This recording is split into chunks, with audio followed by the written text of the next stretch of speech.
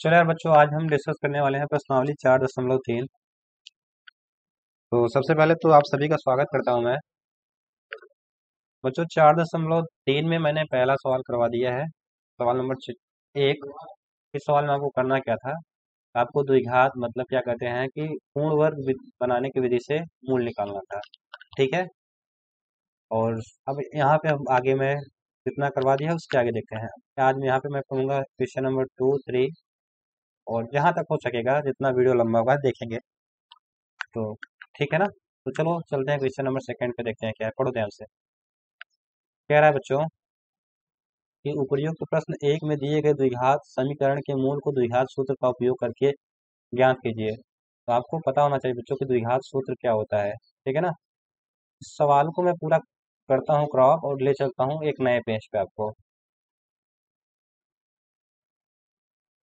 चलो बच्चों, आ गए हैं यहाँ पे, हम समझना।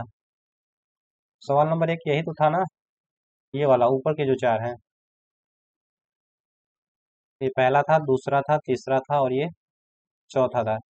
कह रहा है कि प्रश्न एक में जो सवाल गए थे वही सवाल करना है, लेकिन यहाँ पे तरीका आपको बदलना है। इससे पहले आप पूर्ण वर्ग विधि से कर रहे थे, अब यहाँ पे मैं करूंगा द्विघात सूत्र का उपयोग। तो सबसे पहले समझ लेते हैं द्विघात सूत्र होता क्या है।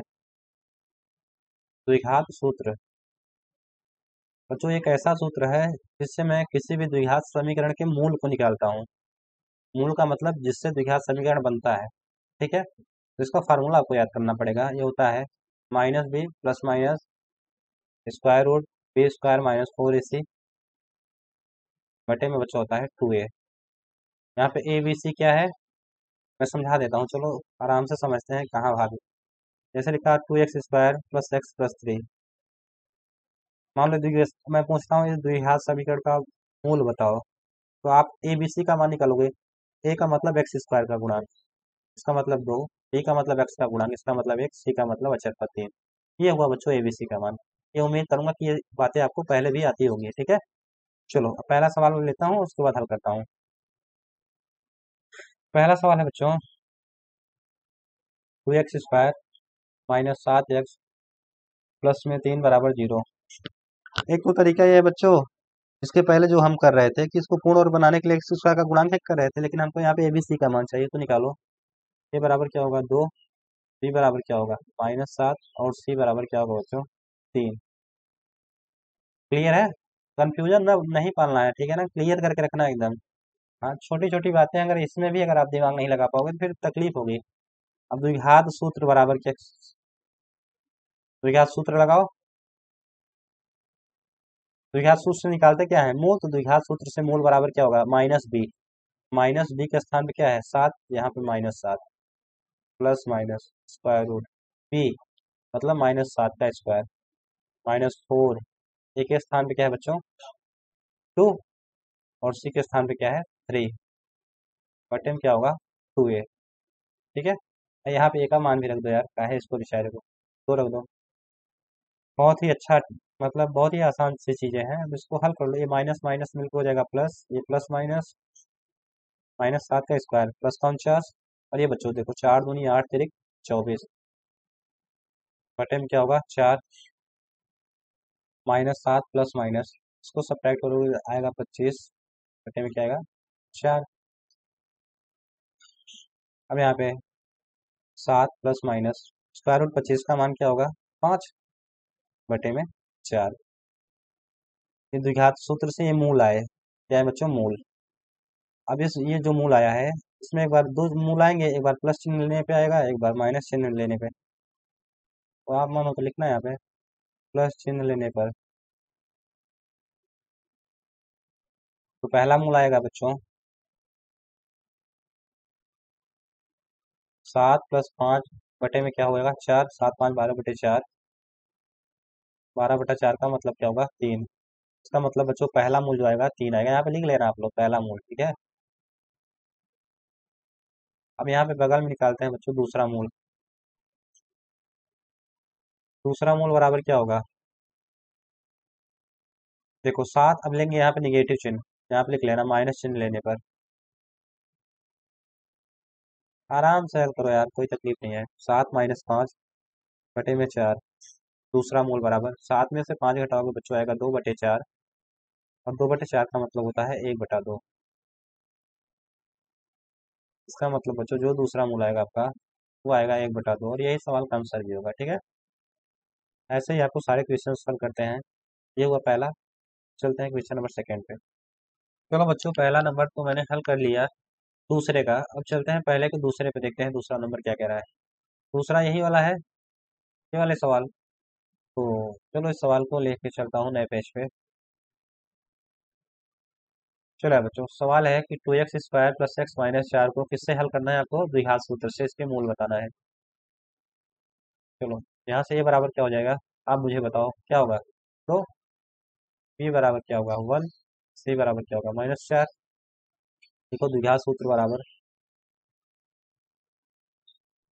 अब साथ साथ मेरे साथ बोलो, -b +- (√b² -4ac) अपान में 2a, ऐसे बोलना है साथ में। ठीक है, चलो मान रख दो, b के स्थान पे 1, प्लस माइनस b² मतलब 1 का स्क्वायर, -4, a के स्थान पे 2, c के स्थान पे -4, बटे में 2, a का मान 2। फिर यार 1 प्लस माइनस, यहाँ पे माइनस भी होगा तो माइनस होगा। अब देखो एक का स्क्वायर एक ही होने वाला है। अब यहाँ पे माइनस और माइनस मिलकर बनाएगा प्लस, 4 दूनी 8, 8 चौक 32, बटे में 4। द्विघात सूत्र से मूल आएंगे, क्या आएंगे बच्चों? मूल। ये भी क्या आएंगे? मूल। ठीक है ना। अब यहाँ पे दो मूल आएंगे, तो यहाँ पे एक बार माइनस चिन्ह लेंगे तो पहला मूल आएगा, एक बार प्लस लेंगे तो दूसरा। आसान है यार, ज्यादा इसमें तुम लोग बुद्धि मत लगाओ। ठीक है, देखो प्लस चिन्ह लेने पर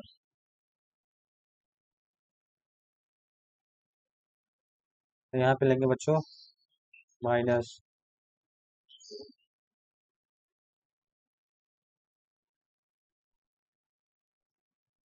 ये प्लस चिन्ह लो तो यहाँ पे पहला मूल आएगा, फर्स्ट मूल। पहला मूल बराबर होगा, अब देखो -1 प्लस माइनस, तो यहाँ पे प्लस माइनस नहीं, केवल और केवल प्लस लेंगे, प्लस यहाँ पे 32 और एक जोड़ोगे क्या हो जाएगा बच्चों? 33, बटे में 4। और यही सवाल का केवल आंसर भी होगा। इसमें अब आपको ज़्यादा कुछ नहीं करना है। ठीक है ना, और आपसे पहला मूल ही आ गया, यही इसका आंसर भी है। साथ ही साथ यहाँ पे निगेटिव चिन्ह लेंगे तो दूसरा मूल आएगा। देखो -1 है, ये तो 33 आएगा, चाहो तो यहाँ पे किस तरह इसको बढ़ा लो यार। -1 प्लस माइनस रूट में 33/4। चलो, अब माइनस लेंगे तो -√33, बटे में 4। यहाँ से जो बच्चों सेकेंड मूल आएगा, -1 हो तो कॉमन कर लो, कहीं कहीं कॉमन कर लेता है, तो 1 प्लस रूट में 33/4। क्लियर है? किसी बच्चों को कोई तकलीफ नहीं? आसान है ना। चलो चलते हैं अगले वाले पे। देखो दो हो गया, अब मैं बात करता हूँ थर्ड वाले क्वेश्चन की। तो थर्ड वाले को इस वाले की, ठीक है ना। चलो बच्चों देखो, उल्टा कर दिया, अरे यार, चलो इसको सीधा कर लो, थोड़ा सा बड़ा कर लेते हैं। चलो बच्चों, यहाँ पे निकालेंगे, ए का मान क्या आएगा 4, बी का मान क्या आएगा बच्चों 4√3, और यहाँ से सी का मान क्या आएगा 3। द्विघात सूत्र में बार बार लिख रहा हूँ, इसका मतलब ये है कि आपको भी बार बार लिखना है। ठीक है, ठीक है ना। बोलो साथ साथ, -b plus square root b² -4ac upon में 2a, जहाँ भी हो बच्चों बोला करो साथ ही साथ। ठीक है, मान रखो। द्विघात सूत्र से क्या निकालते हैं? मूल। तो मूल बराबर क्या हो जाएगा? -b, बी के स्थान पे है 4√3, प्लस माइनस b², बी के स्थान पे है 4√3 का स्क्वायर, -4, ए के स्थान पे है 4 और सी के स्थान पे है 3, बटे में 2, ए के स्थान पे है 4। तो यहाँ से मूल बराबर आएगा -4√3 प्लस 5। देखो स्क्वायर है ना, 4√3 पूरे का स्क्वायर, तो 4 का स्क्वायर 16, √3 का स्क्वायर 3, -4 चौक 16 3 48, बटे में क्या है 8। यहाँ से जो मूल आएगा -4√3 प्लस माइनस 16 3 48, ये हो जाएगा बच्चों 48 माइनस का 48, बटे में 8। ठीक है, यहाँ से जो मूल का मान आएगा, यहाँ से देखो ये कट जाएगा, स्क्वायर रूट जीरो का मतलब जीरो ही है, तो मतलब क्लियर है। तो यहाँ से आ जाएगा बच्चों 4√3। अब आप कहोगे कि सर यहाँ पे तो केवल एक ही मान आ रहा है, ध्यान देना प्लस माइनस जीरो लगे असर नहीं पड़ेगा इसके मान पे। तो यहाँ पे 4 का नम 4, 4 दूनी 8, इसके दोनों मूल बराबर होंगे और वो दोनों मूल क्या होंगे, -3/2 लिखना आता है। पहला मूल बराबर -√3/2 तथा दूसरा भी मूल यही होगा, ठीक है ना, तथा दूसरा मूल बराबर -√3/2। दोनों ही इसका आंसर होगा। ठीक है, समझ में आया मेरी बात, ये इसका आंसर हो जाएगा। क्लियर है, तकलीफ नहीं है ना यार। हाँ वेरी गुड। चलो अच्छा अगले सवाल चलते हैं। चलो बच्चों 3 हो गया इसका, अब इसके आखिरी वाले पे चलते हैं। आखिरी वाला ये है ना, ये 2x² + x + 4 = 0। तो चलो अब इसको हल करते हैं।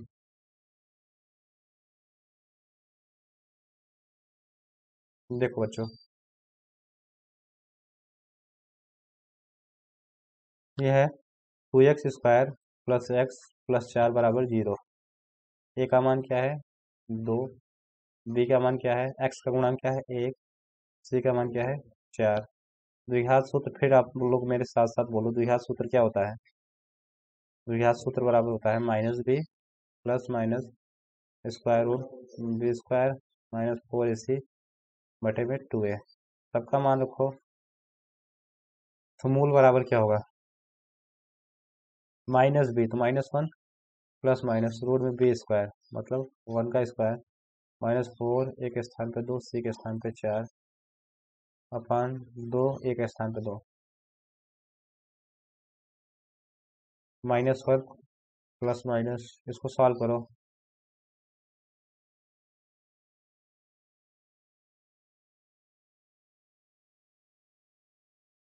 -1 प्लस माइनस, अब यहाँ पे घटाओगे तो आएगा स्क्वायर रूट माइनस का 31/4।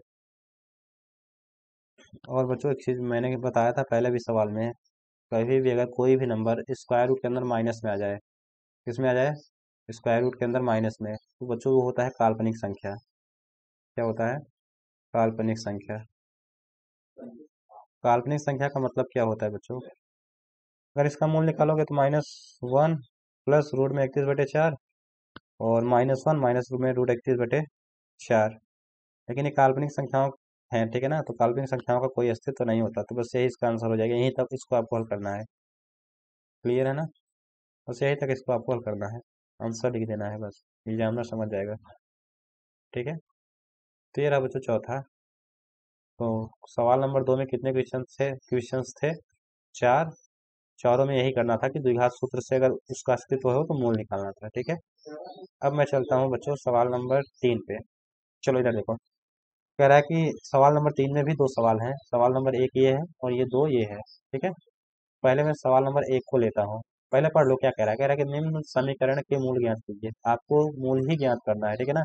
अब यहाँ पे आपसे नहीं बोला है कि आप गुणनखंड विधि से ज्ञात करो या फिर द्विघात सूत्र से ज्ञात करो या फिर पूर्ण वर्ग विधि से, तो आपको जो सुटेबल लगे उससे आप ज्ञात कर सकते हो। ठीक है, चलो इसको ले लेते हैं।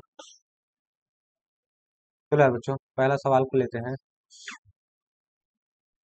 चलो यहाँ पे है x-1/x = 3। ये बता रहा है बच्चों कि x का मान 0 नहीं होगा, क्योंकि अगर x का मान 0 होगा ना तो ये इनफाइनाइट हो जाएगा। ठीक है ना, इसका कोई मतलब नहीं है। चलो क्रॉस मल्टीप्लाई करेंगे, x का x के साथ x², 1 का 1 के साथ 1 और 1 का x के साथ x = 3x। अब यहाँ पे x² -1, अब यहाँ पे बच्चों 3x का x के साथ करोगे तो क्या आ जाएगा, यहाँ पे x है ना, यहाँ पे 3x कहाँ गया यार। चलो यार बच्चों थोड़ा सा ध्यान देना, यहाँ पे केवल 3 है ना, हाँ। क्रॉस मल्टीप्लाई करो, x² -1 बराबर क्या हो जाएगा 3x। यहाँ पे इधर लाओ, x² -3x -1 बराबर क्या होगा 0। तो चलो यहाँ से मुझे बताओ अभी क्या रहते हैं, a का मान क्या होगा तो आप बोलोगे a, b का मान क्या होगा बोलोगे -3 और c का मान क्या होगा बोलोगे -1। अब फिर मैं लिख रहा हूँ द्विघात सूत्र। क्या होता है बताओ। द्विघात सूत्र कहता है ये है बच्चों, द्विघात सूत्र कहता है minus B plus minus root में B square minus 4ac upon में 2a। मान रख दो, द्विघात सूत्र से क्या निकलता है, मूल। द्विघात मूल बराबर minus B plus minus root में बी स्क्वायर, बी का मान क्या है -3, -4 एक के स्थान पे 1, सी के स्थान पे -1 अपान में 2 एक स्थान पे 1। यहाँ से बच्चों जो मूल आएगा, माइनस माइनस प्लस का 3 प्लस माइनस -3 का स्क्वायर प्लस का 9 होगा, यहाँ पे 9 4 13, सॉरी सॉरी -4 और -1 का मल्टीप्लाई करेंगे तो आएगा प्लस का 4 बटे में। तो मूल बराबर 3 प्लस माइनस स्क्वायर रूट में 13 बटे 2। एक बार प्लस चिन्ह लेंगे तो पहला मूल आ जाएगा। देखो प्लस चिन्ह लेने पर तो पहला मूल बराबर क्या होगा, 3 प्लस स्क्वायर रूट 13 बटे 2। यहाँ पे लिखना माइनस चिन्ह लेने पर, तो बच्चों जो दूसरा मूल होगा, सेकेंड मूल, मैं दूसरा आप लोग पूरा लिख लेना ठीक है ना, ज़्यादा आलस की मत बनो, यहाँ पे आपको समझाना है। तो सेकेंड मूल जो होगा 3 माइनस रूट में 13 बटे 2। और यही बच्चों इस सवाल का आंसर होगा। क्लियर है। तो ये पहला नंबर था ना तीसरे का। हाँ चलो बच्चों चलते हैं तीसरे के दूसरे पे। देखो ये तो तीसरा का दूसरा नंबर ये है, इसको भी हल करना है आपको। तो चलो इसको मैं क्राफ्ट करके ले चलता हूँ अपनी जगह पे जहाँ इसको हल करेंगे। चलो यार बच्चों लिख लेते हैं पहले एक बार अपने से, x+4 -1 अपान x-7 बराबर 11/30। चलो क्रॉस मल्टीप्लाई करो तो हो जाएगा x-7, यहाँ पे माइनस है तो माइनस x+4, नीचे का नीचे में x+4 x-7 बराबर 11/30। चलो यार x-7 -x -4 बराबर x² -7x प्लस में 4x माइनस में 28 बराबर 11/30। यहाँ से x कैंसिल होना है तो जाएगा -11 बटे में x², यहाँ पे आ जाएगा -3x -28 बराबर 11/30। बच्चों यहाँ पे मैं एक काम करता हूँ, 11 से 11 काट भी सकते हो। क्यों? क्योंकि या फिर मैं इस 11 को इधर लाऊंगा बटे में तब भी ये बटे 11 होगा, इधर लाऊंगा तब भी, तो मैं काट दिया ठीक है ना। चलो इधर बचा -1, नीचे क्या बचा x² -3x -28 1/30। चलो क्रॉस मल्टीप्लाई कर दो तो -30 बराबर x² -3x -28। ठीक है, यहाँ पे x² -3x -28 और ये वाला भी इधर लाओ तो प्लस का 30 बराबर क्या होगा 0 के। यहाँ से x² -3x प्लस का 2 बराबर 0। यहाँ पे इसको फैक्टर कर लेते हैं, चाहो जिस विधि से आप करो, चाहे इसको पूर्ण वर्ग बनाओ, फैक्टर करो, कुछ भी करो ठीक है। मैं फैक्टर कर लेता हूँ क्योंकि बन रहा है, आराम से दिख रहा है। करो x², देखो 2 का नाम 2, 2 और 1 3, तो 2x -x प्लस 2 बराबर 0। इन दोनों दो में कामन x बचेगा क्या x-2। इन दोनों में कामन कुछ नहीं तो -1 बचेगा क्या x-2। दोनों में कामन क्या है x-2, बचा क्या x-1। जब x-2 बराबर होगा 0 के तो x बराबर क्या होगा 2 के, है ना। और साथ ही साथ जब x-1 बराबर होगा 0 के तो x बराबर क्या होगा 1। इसका मतलब इस समीकरण के दोनों मूल क्या होंगे, क्या होंगे बच्चों बताओ। अतः मूल 2, 1 होंगे। यही आंसर है ठीक है ना। ये था बच्चों तीसरा नंबर, नहीं तीसरे का दूसरा, चलो देख लेते हैं। ये था तीसरे का दूसरा ठीक है। चलो अब करते हैं बच्चों चौथा क्वेश्चन, देखते हैं क्या है। पढ़ो देखो, कह रहा है कि 3 वर्ष पूर्व रहमान की आयु का व्युत्क्रम अब से 5 वर्ष पश्चात आयु के व्युत्क्रम का योग इतना है, उसकी वर्तमान आयु ज्ञात करना। ठीक है ना। चलो आराम से समझाता हूँ धीरे धीरे। इसको पहले किया, चलो इसको समझते हैं आराम से। सबसे पहले बच्चों ऐसे सवालों में आपको वर्तमान आयु मानना होगा। ठीक है ना। तो यहाँ पे रहमान नाम का बच्चा है तो लिखो माना रहमान की वर्तमान आयु बराबर एक्स।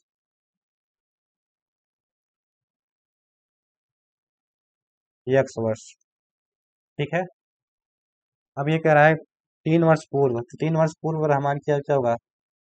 3 वर्ष पूर्व रहमान की आयु क्या होगा? एक्स में 3 घटा देंगे, एक्स माइनस 3 वर्ष। कह रहा है कि 3 वर्ष पूर्व रहमान की आयु का व्युत्क्रम। व्युत्क्रम का मतलब मैं थोड़ा सा गणित की भाषा में इसको समझा देता हूँ। ऐसी दो संख्या जिनका गुणा करने पर एक आए।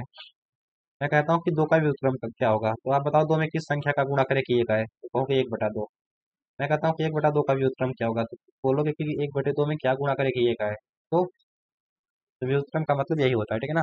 तो 3 वर्ष पूर्व रहमान की आयु का व्युत्क्रम क्या हो जाएगा? 1/2 हो जाएगा, x-3। है ना। कह रहा है कि अब से 5 वर्ष पश्चात। अब पहले तो हम निकालते हैं कि अब से 5 वर्ष पश्चात रहमान की आयु क्या होगी। है ना। तो लिखो 5 वर्ष बाद रहमान की आयु। अभी एक्स है तो 5 वर्ष बाद क्या होगी? x-x + 5 वर्ष। अब कह रहा है कि 5 वर्ष पश्चात आयु का व्युत्क्रम, मतलब इसका भी व्युत्क्रम करना है, तो 5 वर्ष बाद रहमान की आयु का व्युत्क्रम। अब बताओ क्या होगा? ये 1/x + 5 हो जाएगा। बस, जिस चीज की जरूरत थी हमने सब कुछ नोट कर लिया है, अब जो कहेगा मैं करूंगा। ठीक है ना। यहाँ पे अकॉर्डिंग टू क्वेश्चन करेंगे, प्रश्नानुसार। कह रहा है कि 3 वर्ष पूर्व रहमान की रहमान की आयु का व्युत्क्रम। तो 3 वर्ष पूर्व रहमान की आयु का व्युत्क्रम कितना होगा? 1/x-3। आगे कह रहा है और अब से 5 वर्ष पश्चात आयु के व्युत्क्रम का योग। अब से 5 वर्ष पश्चात आयु का व्युत्क्रम क्या होगा? 1/x + 5। कह रहा है कि इन दोनों का योग मतलब प्लस कितना है बच्चों? 1/3। यहाँ पे 3 होगा। ठीक है ना। अब हो गया, यहाँ से हल करके एक्स का मान निकालो यार। चलो यार, क्रॉस मल्टीप्लाई करो तो x + 5 + x-3 बटे में x-3 2x + 5 बराबर 1/3। यहाँ पे घटाओ 2x + 2 है ना, बटे में x² + 5x - 3x - 15 बराबर क्या होगा? 1/3। चलो यार, यहाँ पे गुणा करो तो ये हो जाएगा 6x + 6 बराबर x²। इसको सॉल्व कर लेते हैं तो हो जाएगा प्लस का 2x - 15। इस पूरे को उधर लाओ तो हो जाएगा x² + 2x - 6x। ये 6 इधर आएगा माइनस का, -15 और -6 बराबर 0। यहाँ हो जाएगा x² - 4x - 21 बराबर 0। अब 21 को ऐसे दो पार्ट में तोड़ो, घटाने पे 4 आए तो क्या होगा? 7x और 4x 3x, 7×3 = 21 होता है ना। हाँ, -21 बराबर 0। इन दोनों में कॉमन है x, बचेगा x-7। इन दोनों में कॉमन है 3, बचा x-7। इन दोनों में कॉमन क्या है बच्चों? x-7 बचेगा क्या? x + 3। अब जब x-7 को 0 के बराबर करेंगे,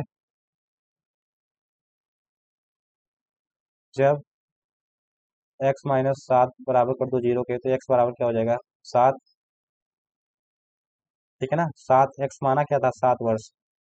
जब x + 3 बराबर होगा 0 के, तो x बराबर क्या होगा? -3। अब ये बताओ अपने दिमाग से, क्या कभी आयु निगेटिव होगी? नहीं, तो इसका मतलब ये मान अमान्य होगा। और जो रहमान था उसकी वर्तमान आयु क्या होगी? 7 वर्ष। ठीक है ना। तो मन हो तो लिख लेना। अतः रहमान की वर्तमान आयु बराबर 7 वर्ष। और यही इस सवाल का आंसर होगा। ठीक है। और करें? चलो एक आध दो सवाल और कर लेते हैं। ठीक है ना। फिर बाकी जो बचेगा नेक्स्ट वीडियो में करेंगे। समझ में आया ना? मैं एक बार फिर से समझा देता हूँ। हमेशा ऐसे सवालों में वर्तमान आयु मान लेंगे, फिर वो जैसे जैसे कहेगा वैसे वैसे करते जाएंगे। ठीक है, चलो यार बच्चों, सवाल नंबर 5 ये है, उसको देखते हैं।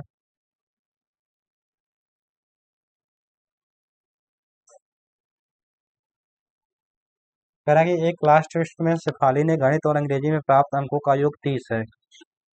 गणित और शेफाली के प्राप्त अंकों का योग कितना है बच्चों? 30 है।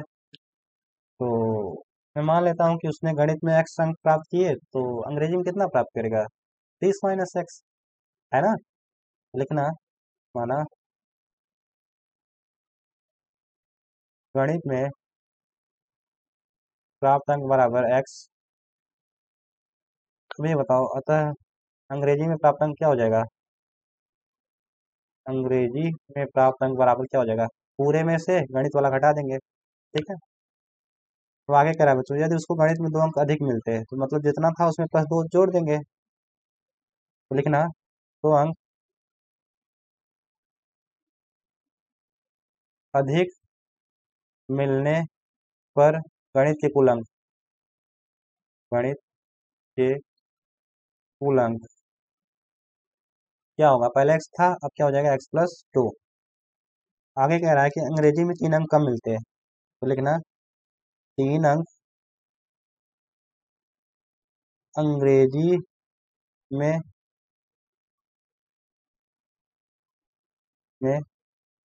कम मिलने पर अंक, मिलने पर कुल अंक।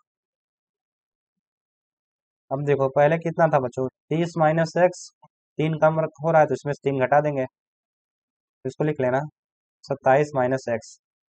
ठीक है, आगे कह रहा है बच्चों कि तो उनके अंकों का गुणनफल 210 है। अगर मतलब कह रहा है कि अगर इसको x+2 मिले, इसको 27 - x मिले, तो इसके अंकों का जो गुणनफल है 2x प्लस मतलब 210 है।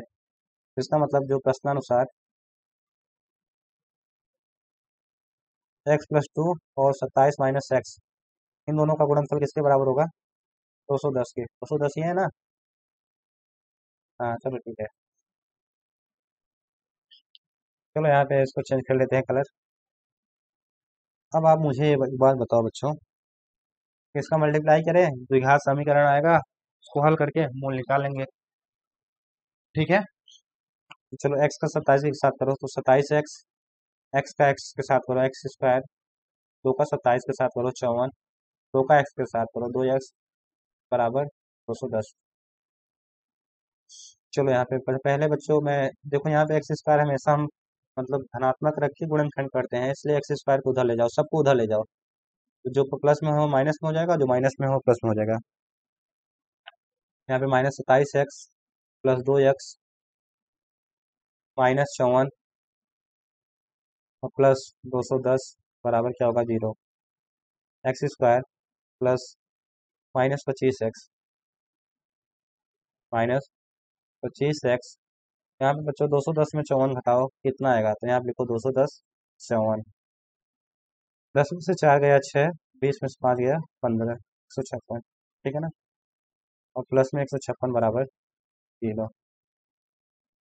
156 को ऐसे 2 पार्ट में तोड़ो, यहाँ पे प्लस है तो जोड़ने पे 25 आए। अच्छा, जिन बच्चों को गुणनखंड नहीं आता होगा ना, तो मैंने एक गुणनखंड का 10 मिनट का वीडियो बनाया है, उसमें सारी बेसिक बातें बताई है, तो आप उसको देख लोगे ना तो फिर कभी तकलीफ नहीं होगी, देख लेना। ठीक है, x², यहाँ पे 12 13 में होता है 156, और 12 में 13 जोड़ने पे 25 आता है। ठीक है,